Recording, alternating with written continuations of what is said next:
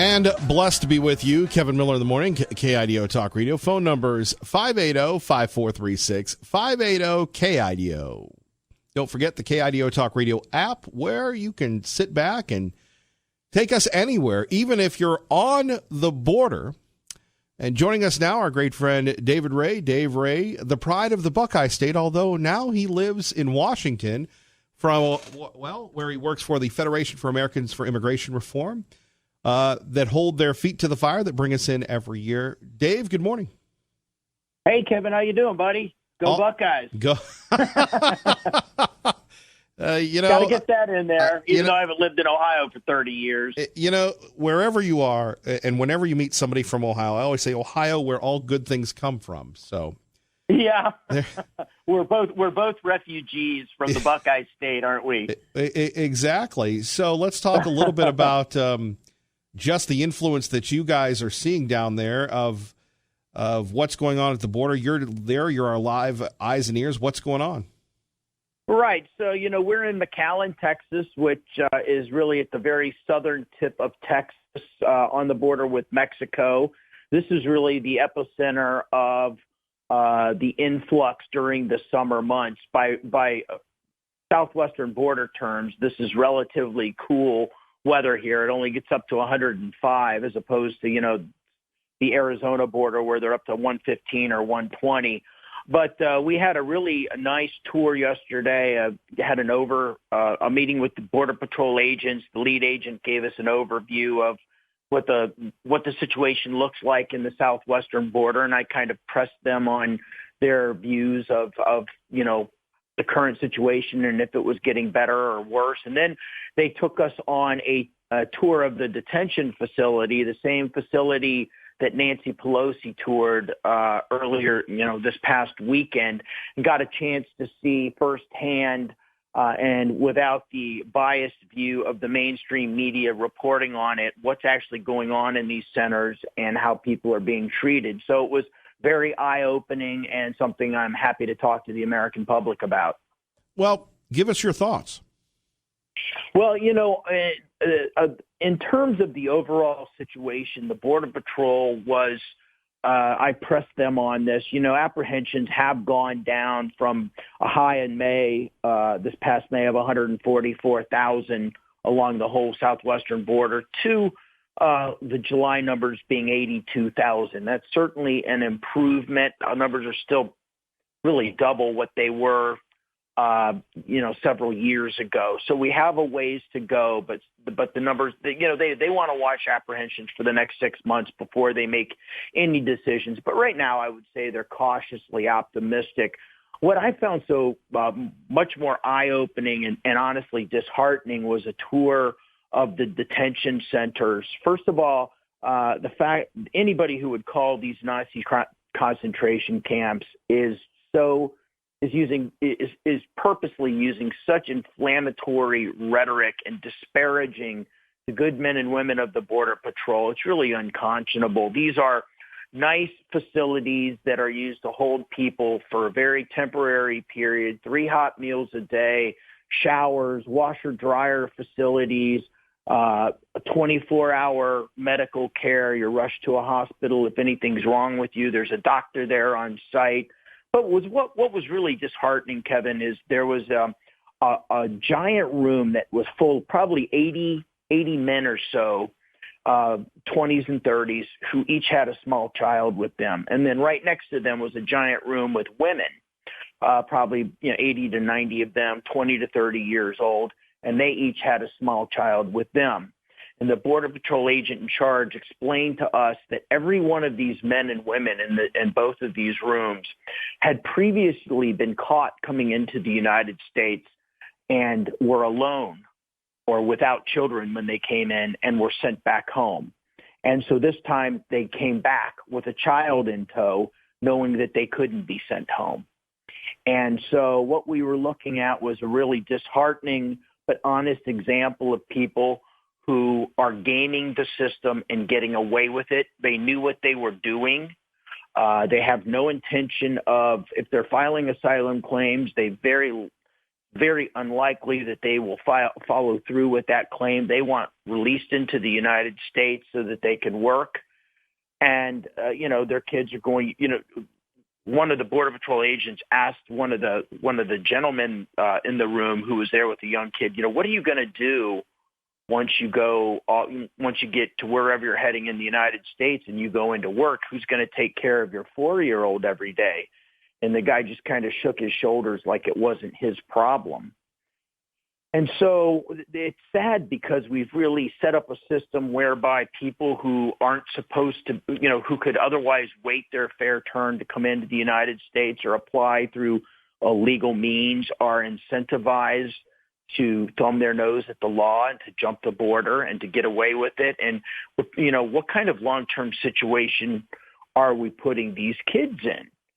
And so, I said to the officer, I says, where do you see this thing going in the long term? And he said, unless we change our asylum laws, 10 to 15 years from now, these men and women are going to be the people saying, we're tired of living in the shadows, having to look over our shoulders, always worried that we're going to be arrested.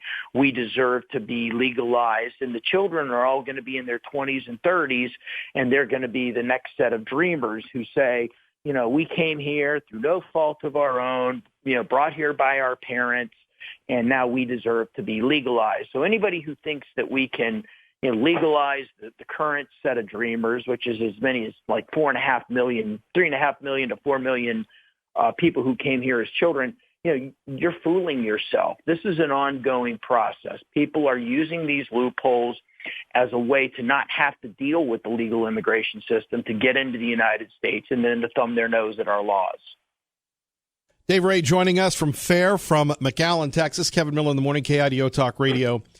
And yet we have members of Congress that continue to watch this happen. You talk to the Border Patrol people, the union and stuff, the men and women that are on the front lines.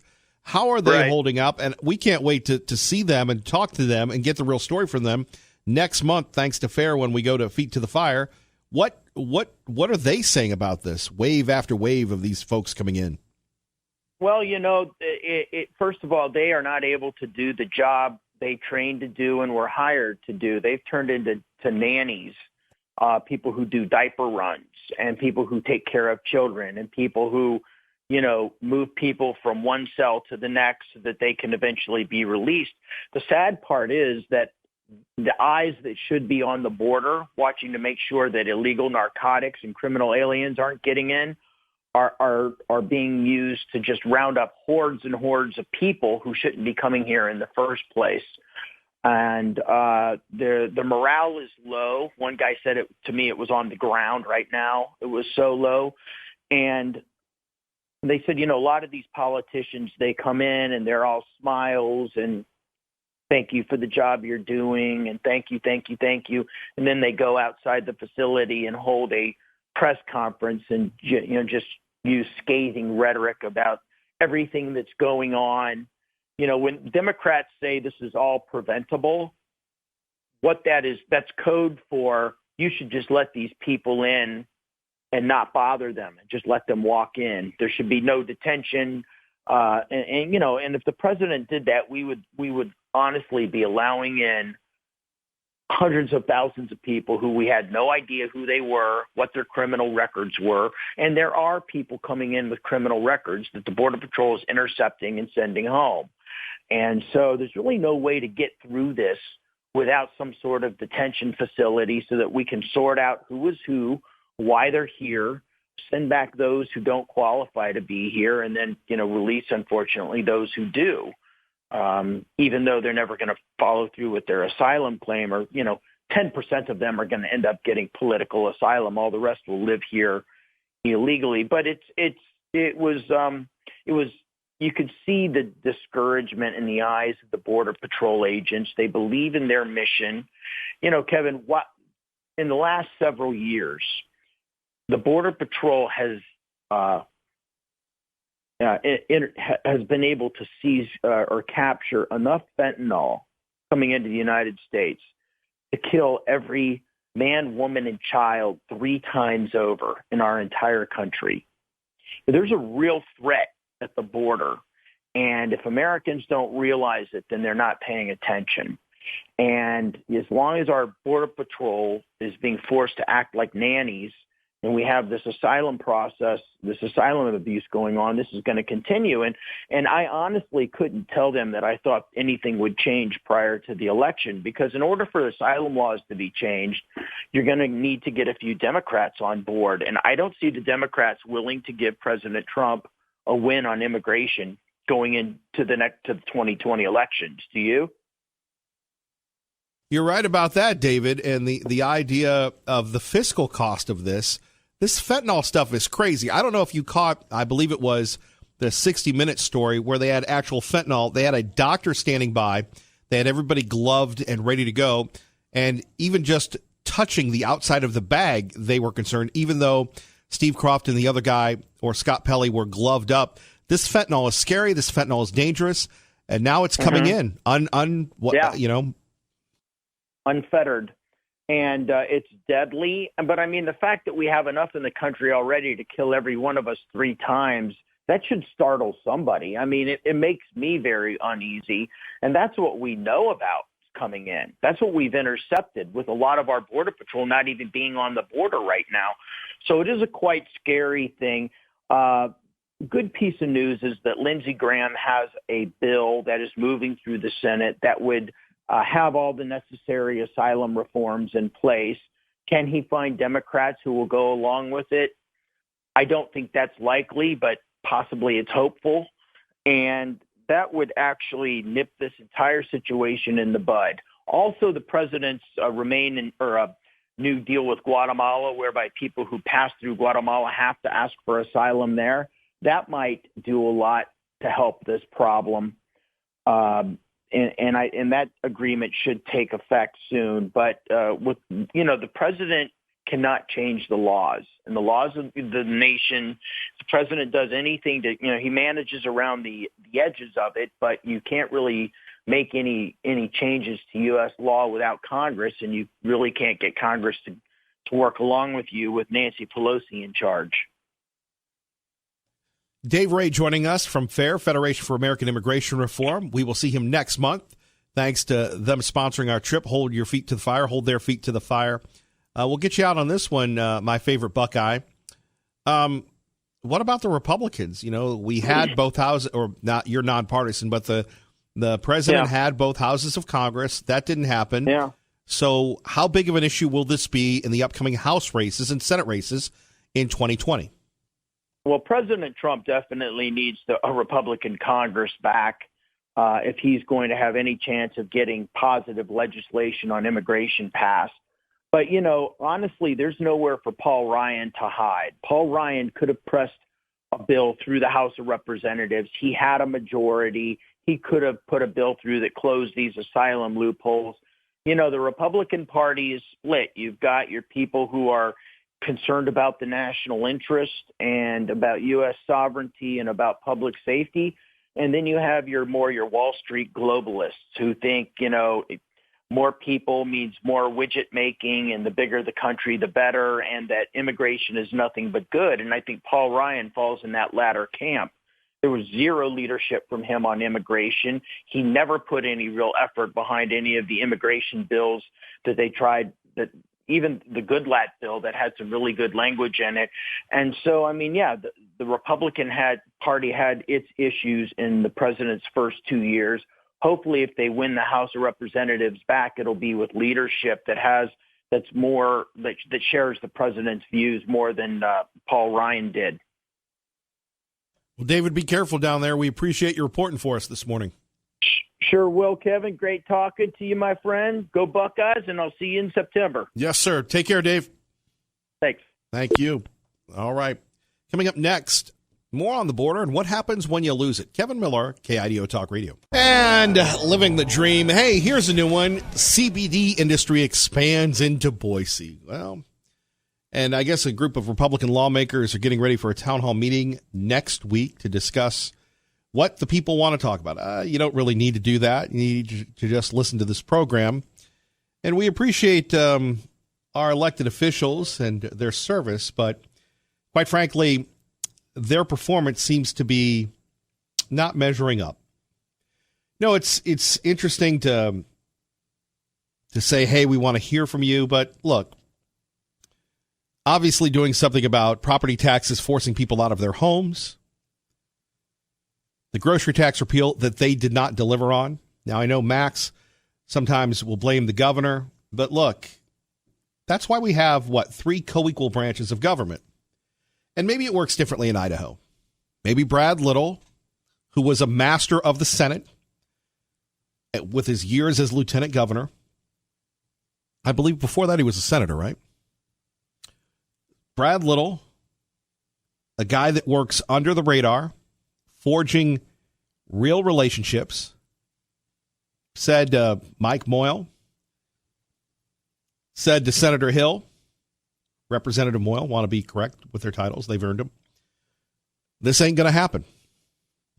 And maybe leadership decided, led by Scott Bedke, hey, we're not going to rock the boat. So there's no repeal of the grocery tax because we couldn't afford it, except revenues are at an all-time high. Revenues are at an all-time high in this state that, we spent $150 million. And that's $150 million probably with all the improvements. And I'm so thankful that if you drive Chinden Road, and if you live in Boise and you don't have to, good for you. However, at least the state mows the lawn a little. Maybe like the last couple of years of HP, they didn't. So the state buys this facility, but they're broke, right? I don't really understand it. I know that if Kevin Miller doesn't pay his bills, it ain't good for Kevin Miller. If government doesn't pay their bills, it's not good for us. Government should have to live on the same set of standards as the people that elect these officials. And remember, this is similar to a volunteer legislature. They don't get paid a lot of money for it. They do it because they get a nice plush seat. They do it because they want to serve. Well, then it's time for them to serve. It's time for them to repeal the grocery tax. And with all due respect, they can have town hall meetings, which I guess is great, but it doesn't really take a brain surgeon to figure it out. It doesn't really take a brain surgeon to go, hey, I'm going to tune in to see what Miller's militia is up to. Repeal the grocery tax. Look at doing something about people that have lived in their homes for years getting forced out because of the excessive influx of people inflating home prices and taxes, right? How about this? How about do the legislature every 2 years? Save us some money on that. I think that's really what people want. You know, people talk about, well, I've done this, I've done that. Really? How's it impacted your life individually? And again, you'll have the pro-hemp lobby, and they'll probably get this through. Again, crazy radical Russ. We say that with not our great friend Rusty Smurs, but radical Russ, the pro-marijuana guy. He's going to try to get medical marijuana on the ballot. And there's a lot of money at stake. And like I said, you don't really need town hall meetings. You need to listen to this program because this is where the people speak. To me, holding town hall meetings is just, hey, look at me. It's showing, or it's telling, not showing. But I wish them well. 580-5436, 580-KIDO. And, you know, it's an opinion.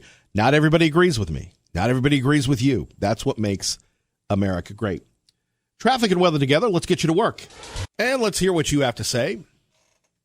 Liberty Linda joins us now. Kevin Miller in the morning, KIDO Talk Radio. Hello, Liberty Linda. The phone's up. The phone is potted up. Well, all right, Liberty Linda. Let's try Doug in Mountain Home. Doug, good morning. Good morning, Kevin. Thanks for having that guy on your Buckeye.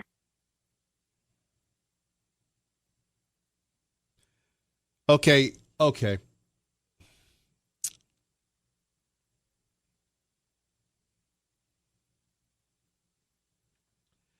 Brian in Nampa, good morning. You're on KIDO Talk Radio.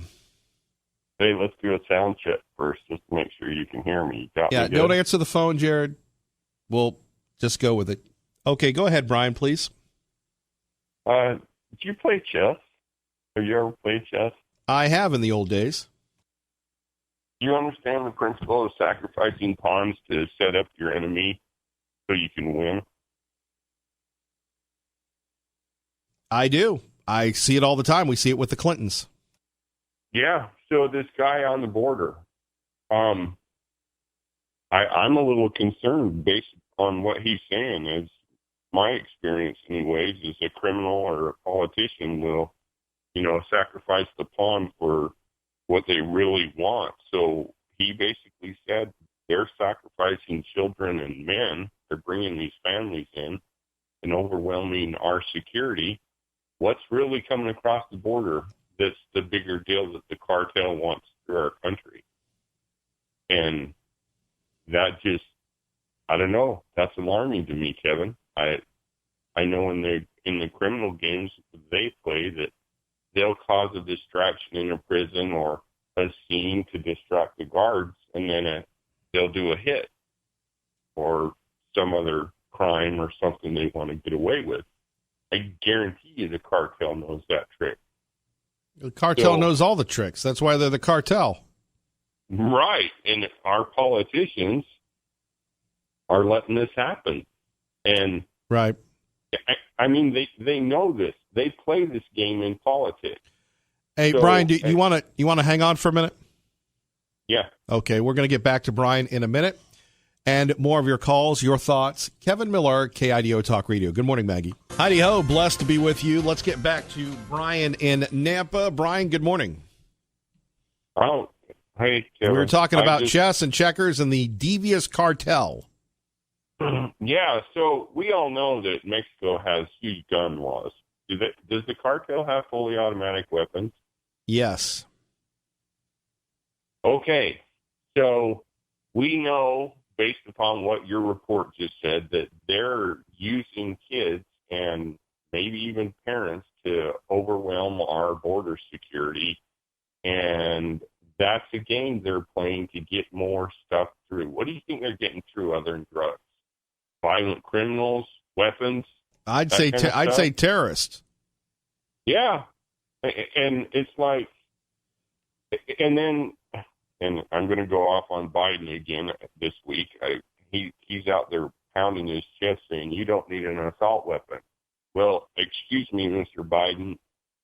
Ever since you've been in public office, you've been protected by a fully automatic weapon, not a semi-automatic rifle, but a fully automatic weapon. And there's a reason for that. Maybe the government knows something that they're not telling us that's going on in our inner cities and over our borders. And I find that a little ironic. I've worked in prisons. I haven't worked in the prisons in the South. I worked in the one in Oregon. But I can tell you there was all kinds of Hispanic gangs that were in the prison that were rather dangerous, even up here in Oregon. So I would be rather curious what the population looks like in Texas and Arizona and California. And wouldn't it be convenient for the government to get us those numbers and report that to us and let us know what's really going on? Obviously, the border's overwhelmed, but I think it's a little ironic that we have people wanting to disarm Americans more when we have security problems throughout our country. I mean, we're up here in Idaho and we have Hispanic gangs in our prisons. So I don't know. That's just kind of where I'm at. Kevin, you got any questions for me?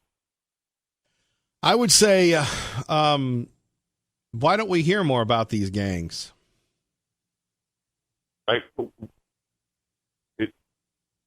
Who's controlling the strings?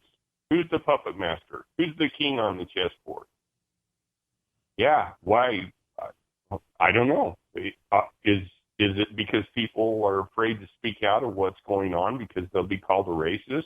I mean, if I call into your radio show and say, hey, there were socialists that were environmentalists in prison, there's Nazis, okay, there's Hispanic gangs, there's African gangs, and if I start talking percentages, obviously up here there's going to be more white people in jail because we have a higher white population in Idaho. Does that make me a racist for saying that? And the problem we have here in America is the politicians are playing this popularity game, not this, hey, this is really what's going on. You need to listen to me. It's, no, I'm going to tell you what you think you want me to tell you so I can get elected. And this goes back to that lead from the front, Kevin. Right. It's kind of the chess game where, okay, stop sacrificing your pawns and get out there in the front. If Joe Biden doesn't want assault weapons in America, why does he have security guards packing fully automatic weapons? We all know they got them. And, you know, and the problem isn't Joe Biden. The problem isn't any of these politicians. It's the American people either don't want to know this stuff and they don't want to face up to it. You know, I used to be that guy when I was younger. I'm a 47-year-old grandpa. I have health issues that I can't work right now. So, and you're busy and you're working. But, you know, the only way this is going to change is if we, as Americans, not the politicians, sit down like we do on your radio show and have honest discussions about what's going on. They're not going to fix it. We are. And that's what I keep saying. Like, what happened to the Democrats where they said, ask not what your country can do for you, but what you can do for your country? That made a difference because each American went, what do I need to do? Not what does Trump need to do? What does Biden need to do? It's what do I need to do? And that's what America was founded on, personal responsibility. Right. It's all about initiative, not entitlement. Brian, I got to run, but thank you. You bet. All right. Coming up, Liberty Linda, hang on. We're going to get to you. Doug in Mountain Home with Kevin Miller, KIDO Talk Radio. Hello, Doug. Hello. Yeah, hey, I like that guy, Brian. Brian's good, yep. And I like the guy you had on, you know, like I said, your Buckeye guy, because I like being able to be told, because you don't get nothing from the media because they ain't nothing but liars. But I don't know how you could get a hold of him and what am I trying to say here? To stop all of this crap, just like what you're talking about, I feel anyway, with all the street violence and your gangs and all this crap. I bet you if you got a hold of George Soros and took every freaking thing away from him, got some kind of, I don't know what kind of stuff you could put on him, it would trickle down to nothing. That guy is funding who knows how much of this, and he's funding the Democrat Party. I mean, they get it from other people too, other billion and millionaires, but Soros is this country's worst enemy inside here, and he's a dual citizen. So, and Paul Ryan, just like your Buckeye buddy was saying, he's a piece of garbage. I mean, Republicans, anybody that plays around with Democrats, he had what was he, Speaker of the House, right, Kevin? Yep. Yeah. Did he help anything? No. They don't care. Like I've always said, they get their paycheck whether he's the majority leader or the minority leader. They get their paycheck. They don't care. There's very few that do, period. And I sure don't hear nothing from ours. I've called them on the phone and everything. And you get a little letter back printed out from their secretary. You don't see nothing on TV about them, do you? Crapo, Simpson, Rich, you don't see nothing about them because they're a bunch of freaking pantyways. Okay, I've said enough. You got me all riled up. This and on this border, Democrats. See you later, Kevin. Keep up the good work and keep up bringing on these people that are out there and see it. Thank you. Thank you, Doug. Liberty Linda joins us now. Kevin Miller, KIDO Talk Radio. Hello, Liberty Linda. Good morning, Kevin. You know, I thought we had to take out anything that had anything to do with Indians, like the Braves to the Braves. So, Kevin, we can't have a Pocahontas as vice president. So I say to Sleepy Joe, no Pocahontas as a running mate. How about that? My goodness. I think it makes good sense. Anyway, and the plot thickens now. we have two guards napping instead of doing their jobs in what sounds like one of our highest security prisons in the United States. And we may never know what really happened that day. Epstein,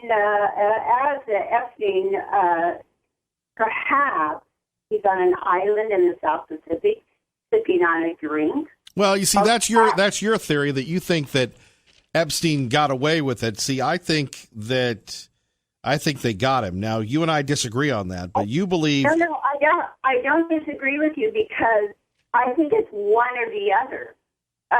He could have, they could have gotten him out. Depends on if they really liked him or something, or he knew too much and they took his life. So I agree with you actually on that. So we don't know what's going on with him. I think he's either sipping a drink in the South Pacific somewhere, or he's pleading his case before the Savior. One or the other. And I don't know if we will ever know.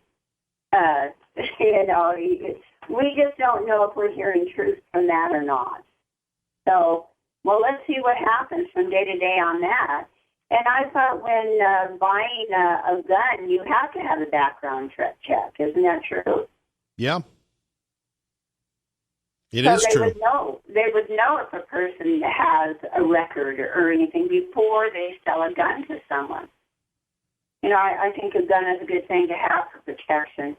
We have to know we have our Second Amendment. We have a right to carry here. Our founding fathers knew what they were doing. They knew what they were giving us.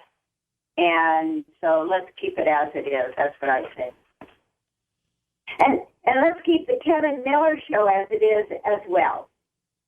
Well, fair enough. You have a great day, Kevin. Well, sorry about the phone issue, but we love you. Oh, well, that's okay. We love you. We know you can do 5 things at once. Sometimes. Sometimes I get caught. But we'll see what happens. You're great.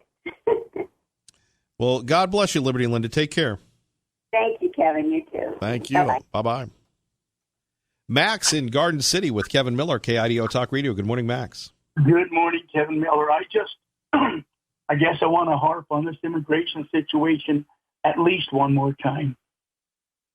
If people in Idaho experienced the entire invasion, let's say all these illegal aliens were on a straight route to Idaho, straight into western Idaho, right into the Treasure Valley, what would we do about it? As millions and millions of criminals, and you're a criminal when you come in illegally, criminals pour into our city, pour into our state, and start receiving the myriad welfare programs available. Free medical, free food, free housing, free education. What are we going to do about it when the 2 houses next to us are purchased by the government so they can put illegals in there? What are you going to do when your kid can't find a classroom at school that speaks English? Now, I'm exaggerating a little bit because I want to drive home the fact that every day a flood of illegals is pouring into the country. And if they're caught, they're immediately released. Our country is going down the tubes, paying for non-residents, illegals, to live. I mean, we're inviting them. We have open arms. Come on in, guys. Everything's free. Oh, don't worry about the border. It's porous. Come on in. The only thing more as upsetting as that would probably be Brad Little and the food tax. See, I brought it up. You know I would. Kevin, you keep up going. Keep up the show. Keep going with what you're doing. The people need to understand the only way you're going to fix it is to contact your legislators. Just complain, and vote. So many people run their mouth, they don't even get off their butts to go vote. What are you going to do about it, people? That's the way I see it. I would agree with you on that. It is troubling, though, when you think of the drugs, the narco-terrorism, and then you have Nancy Pelosi talking about people that stand up for America. They vilify us as extremists. And that's because Nancy Pelosi is a criminal. She's a traitor. She has sworn to uphold the Constitution and to defend our country against enemies foreign and domestic. I took the same oath when I joined the Marine Corps. The difference is I uphold my oath. This lying pig doesn't. She's a pig.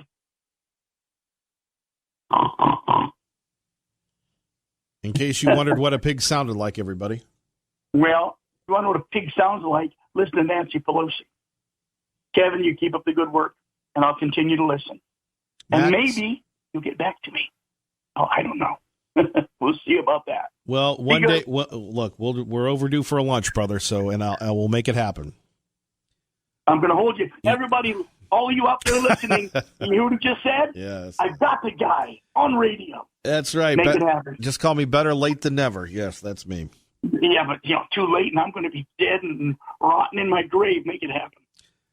Love you, buddy. Take care. Love you. Thank you, Max. Kevin Miller, KIDO Talk Radio.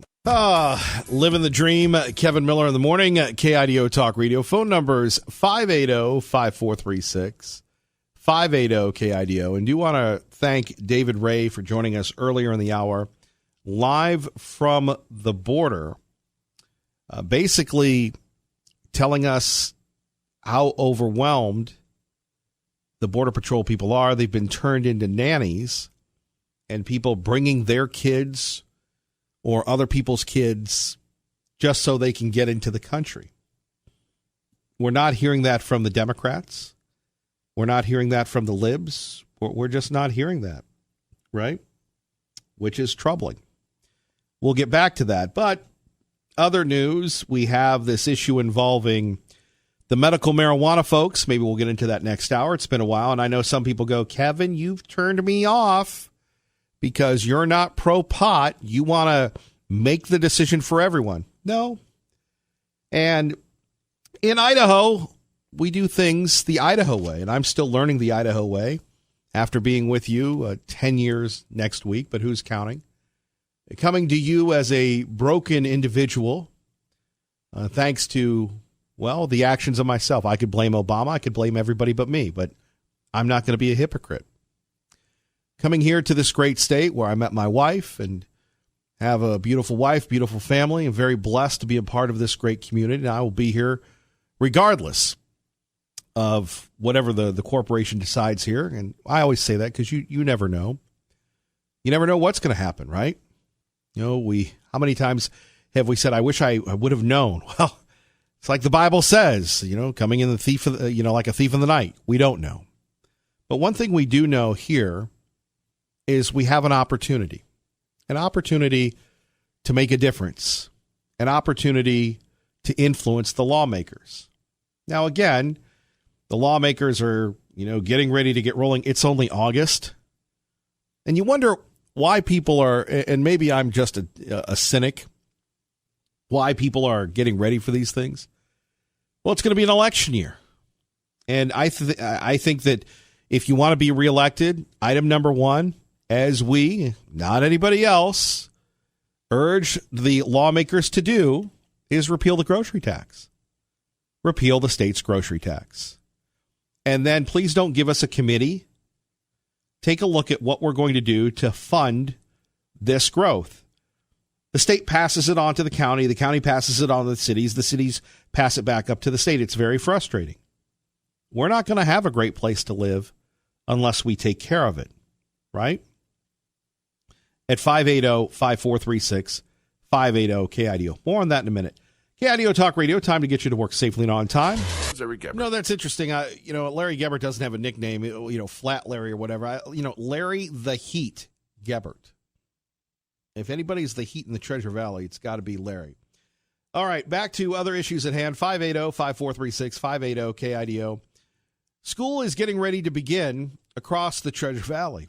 And in some states, they're doing their very best to keep and take care of and maintain conservative values. We're going to talk a little bit about that in a minute. But like I said, people can hold town hall meetings, and that's great. And people can hear from their constituents, but it's not brain surgery what needs to happen here and what is going to happen. It's going to be a very interesting session because when you want something done, you get it done during the election year. So we're going to see the grocery tax repealed, and if it is, it will be because you're holding these folks accountable. And, you know, you have to have a thick skin to be in politics, right? You have to have a thick skin to be in politics, to take the criticism. But nobody drafts you to be a state rep. Nobody drafts you to be a state senator. And as I was trying to get to before all heck broke loose a few minutes ago, the legislature has a right to determine what is the agenda. They write the checks, not the executive branch. And if you have the executive saying, this is what I'd like to be seen done, I would like to see somebody, with all due respect, I have respect for Brad Little, Governor Little. Let me get his title right, that he's earned that respect, Governor Little. And I have respect for House Majority Leader Mike Moyle. But truly, you can have people saying, well, you're not the boss of us. Well, Kevin, then we don't get things done. Well, maybe that's a good thing. Isn't that how the Founding Fathers designed our federal government to work, where things don't get done? Now, it'd be nice if you want to get things done, start paying these people like you do salespeople on commission. Okay, we've cut taxes. Here's a commission. Okay, we haven't been in session. We're going to give you, a salary increase. Incentivize the lawmakers. I know that's goofy. We're a little convoluted. We're going to reload, get the news, get informed, and then hear from you next. Kevin Miller, KIDO Talk Radio. Good morning.